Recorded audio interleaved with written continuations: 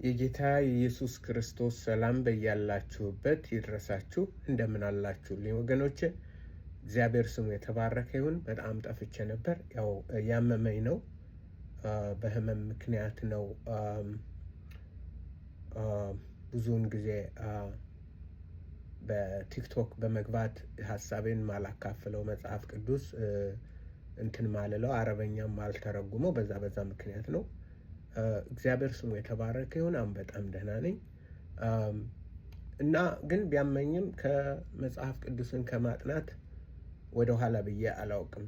መጽሐፍ ቅዱስን ማጥናት የተቀዳሚ ተግባሬ ነው ብዬ ስለማምንበት ነው። እና ዛሬ አዲስ ነገርን ለመጀመር ፈልጊያለሁ። ይህም ደግሞ የመጽሐፈ ራእይ ምዕራፍ 20 ጥናት። መጽሐፈ ራእይ ምዕራፍ 20 ጥናት በተለይም ደግሞ 1000 ዓመት መንገስ፣ ከክርስቶስ ጋር 1000 ዓመት መንገስ የሚለውን ያን አስመልክቶ ብዙ አስተምሮቶች አሉ። እነዚህ የተለያዩትን አስተምሮቶች እንመለከታለን። እያንዳንዱ ያለው አስተምሮት፣ በዛ ላይ ያለው አመለካከት ድክመቱ ምንድን ነው? ጠንካራ ጎኑ ምንድን ነው? እኛስ የትኛውን እንይዛለን? በየትኛው እንዴት መጽሐፉን እንዴት እንረዳዋለን? መጽሐፈ ራእይ በጣም በጥንቃቄ በተለይ ምዕራፍ 20 በጣም በጥንቃቄ ሊጠና የሚገባው ትልቅ የሆነ መሰረታዊ ምስጢር የያዘ ትልቅ የሆነ ታሪካዊ ክስተትን እና የመጽሐፍ ቅዱስ ኤስካቶሎጂካል ወይም ደግሞ ፍጻሜ ከመጀመሪያው እስከ መጨረሻ ያለውን ፍጻሜ በምን አይነት ሁኔታ ነው ዓለም የሚከናወነው? ዓለም በምን አይነት ሁኔታ ነው የሚያልፈው? ክርስቲያኖች የሚያልፉበት መንገድ ምንድን ነው? የሚሄዱበት መንገድ ምንድን ነው? በየት አልፈው የት ነው የሚደርሱት? ምንድን ነው የሚለውን ሰፋ አድርጎ የሚያጠና ነው።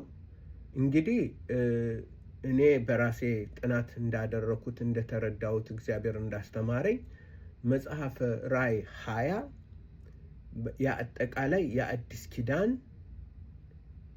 ከመጀመሪያው እስከ መጨረሻው የአዲስ ኪዳን መደምደሚያ ነው። ሳመሪ ነው። የአዲስ ኪዳን ጠቅላላ ሳመሪ ነው። በአጠቃላይ ከዛ ጀምሮ እንትን ይላል እና እንዴት ነው የምንረዳው?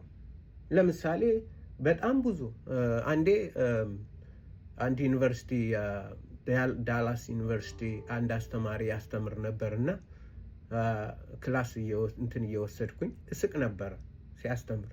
ምንድነው በመጨረሻው ጊዜ እስራኤሎች ነው ወንጌልን እንትን የሚሉት፣ አይሁዶች 1000 ዓመት እንትን ይላሉ። ወንጌልን እኛ እናቆምና አይሁድ ይመጣል። አይሁድ ወንጌልን ይሰብካል። እኛ ቁጭ ብለን እነሱን እንረዳለን። መጨረሻ ጦርነት ሲገጥሙ እኛ አብረን እነሱ ጋር ተሰልፈን እንትን እንላለን የሚል መረዳት ያን ፕሮፌሰር እንደዚያ ሲያስተምር እኔ ስቅ ነበር። የሳኩበት ለምንድን ነው? በትክክል ተረድተነዋል ወይ? እንደዛ ነው ወይ የሚለው መጽሐፉ? 1000 ዓመት ይነግሳሉ ማለት አሁን ክርስቶስ መጥቶ 1000 ዓመት ነው የሚነግሰው? እንግዲህ ወዲህ በምድር ላይ ይነግሳል ብላችሁ ታምናላችሁ? እኔ አይነግስም ነው። መጥቶ አይነግስም። አሁን እየነገሰ ነው ያለው። ኢየሱስ ሁልጊዜም ንጉስ ነው። ግዛት አለው።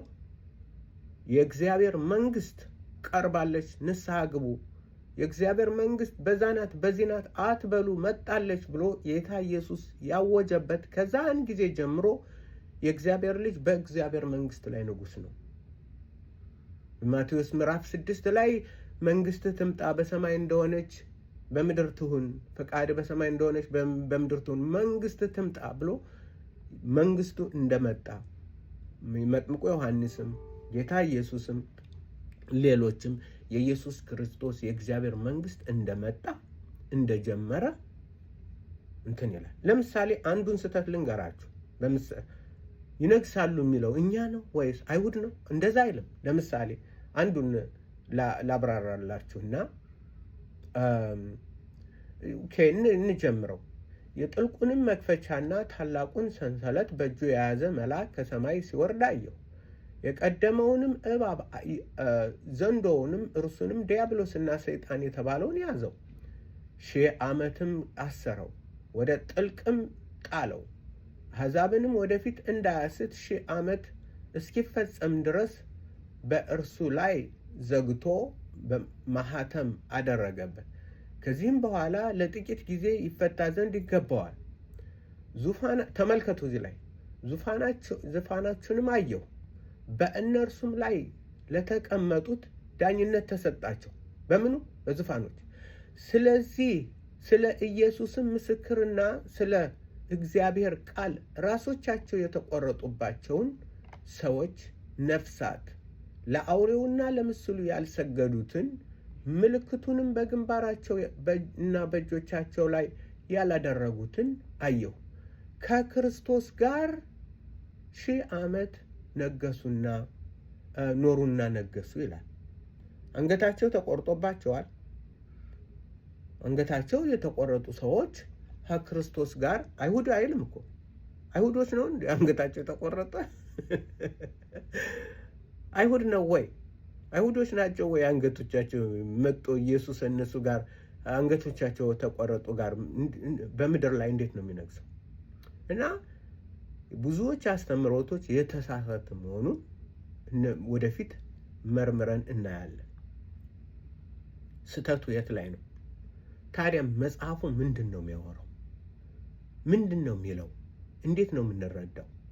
በምን አይነት መልኩ ነው ይህንን መጽሐፍ ቅዱስ በምን አይነት ያጠናን ዘዴ ያጠናን መሰረት ነው ምንመለከተው ምንገነዘበው? ምክንያቱም ራሱ እንዴት አድርገን እንደምናጠናው እዚህ ላይ ራሱ አንዱን ፕሪንሲፕል ወይም ደግሞ መመሪያ አስቀምጧል። አንዱን ያንንን ይዘን ከተለያዩ የመጽሐፍ ቅዱስ ክፍሎች ጋር አወዳድረን አነጻጽረን ጌታ ሊያስተምረን ያለውን ማወቅ። ምክንያቱም የት እንደሚሄድ የማያውቅ ሰውና የሚሄድ ሰው የሚጓዝ ሰው በጣም አደገኛ ነው። የት ነው የምትሄደው? አላውቀውም፣ ግን እሄዳለሁ። እንደዛ ነው የብዙዎቻችን ጉዞ። ስለዚህ በትክክል ይህን የመጽሐፍ ቅዱስ ከመጀመሪያው እስከ መጨረሻው የኤስኬቶሎጂካል ወይም ደግሞ ታይም እንትን የጊዜ አካሄድ የእግዚአብሔር ሐሳብ እናንተን መገለጽ ያንን በትክክል ማወቅ በጣም አስፈላጊ ነው። ነግሳችኋል ተብሎ ንጉሶች ናችሁ ተብለን እኛ እየተጠራን ኖ እኛ አይደለንም ሌሎች ናቸው የሚነግሱ ሌላ ነው ኢየሱስ ነግሷል ተብሎ ኖ አልነገሰም፣ ገና 1000 ዓመት መጥቶ ነው የሚነግስ። ይሄ በጣም አደገኛ እንትን አስተምሮት። ኢየሱስ አሁንም ንጉስ ነው፣ ግዛት አለው፣ መንግስት አለው። ነገር ግን ምንድነው 1000 ዓመት 1000 ዓመት የሚለው ምንድነው የሚተካው? እንዴት አድርገን ነው የምንረዳው? ምክንያቱም መጽሐፈ ራእይ በቁጥር የተሞላ ነው። ሙሉ በሙሉ በቁጥር የተሞላ ነው። እነዛን ለምሳሌ 7 ምንድን ነው ፊዚካሊን ያንን ቁጥር ምንድን ነው? 7 እንትኖች 7 ይሄ 7 ምናምን ምንድን ነው የሚያሳየው? እንዴት ነው ቁጥሩ የምንረዳው? ሌላው ራእይ ላይ ምን ይላል? አንድ ቦታ ላይ ሰይጣን ያሳዳችኋል ለ10 ቀን ብዙዎችን ያሳድዳል ይገላል ይላል። አንድ ቦታ ላይ ራእይ 2 መሰለኝ 14 days 10 ቀን ይላል። እንዴ ከዛ በኋላ ሰይጣን ሊያቆም ነው እንዴ? ሊያቆም ነው 10 ቀን በኋላ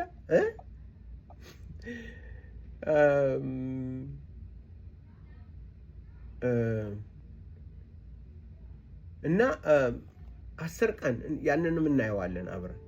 እና ምንድነው ለማለት የምፈልገው ከኔ ጋር ለማጥናት መጽሐፍ ቅዱስን አንድ መማር ማጥናት ከባድ ነው። የተማሩትን ደግሞ ለሰዎች ማካፈል በጣም ከባድ ነው። ግን እግዚአብሔር ይረዳናል። አብረን እንማራለን፣ እንረዳዳለን።